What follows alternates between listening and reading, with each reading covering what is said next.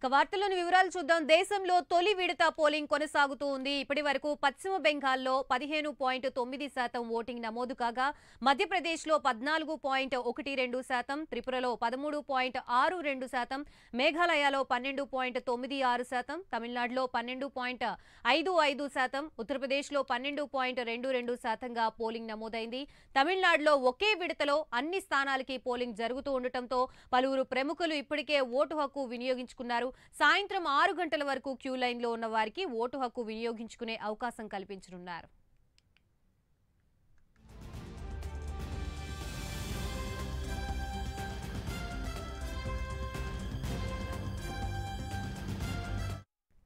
ఉదయం 7 గంటలకి ప్రారంభమైన ఓటింగ్ సాయంత్రం 6 గంటల వరకు కొనసాగనుంది. ఉదయం నుంచే ఓటర్లు తమ ఓటు హక్కు వినియోగించుకోవడానికి పోలింగ్ కేంద్రాల వద్ద బారులు తీరారు. సార్వత్రిక ఎన్నికలు మొత్తం 7 విడతల్లో జరగనుంది. ఈ దశల్లోనే అత్యధిక స్థానాల్లో పోలింగ్ జరుగుతుంది. తొలి విడతలో 21 రాష్ట్రాలు, కేంద్ర పాలిత ప్రాంతాల్లోని 102 లోక్సభ నియోజకవర్గాల్లో పోలింగ్ జరుగుతూ ఉండగా 1625 మంది అభ్యర్థులు బరిలో ఉన్నారు. వీరిలో 1491 మంది పురుషులు ఉండగా 134 మంది మహిళా అభ్యర్థులున్నారు.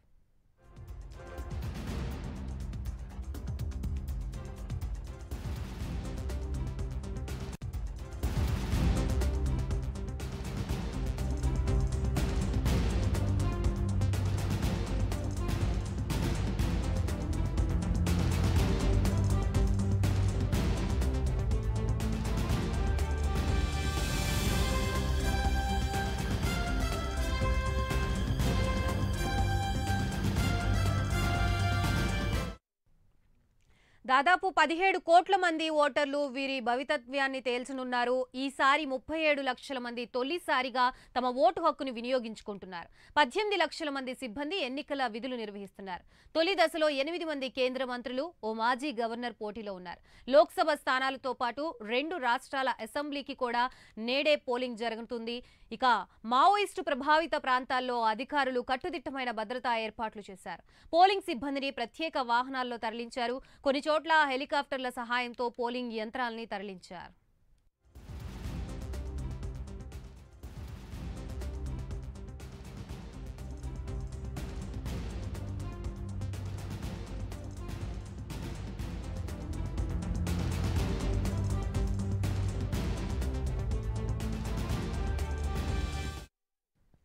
తమిళనాడులోని 39 స్థానాలకి ఒకే విడతలో ఎన్నికలు నిర్వహిస్తూ ఉండగా రాజస్థాన్లో 12, ఉత్తరప్రదేశ్లో 8, మధ్యప్రదేశ్లో 6, మహారాష్ట్ర, అస్సాం, ఉత్తరాఖండ్ 5 స్థానాల్లో ఎన్నికలు నిర్వహిస్తున్నారు.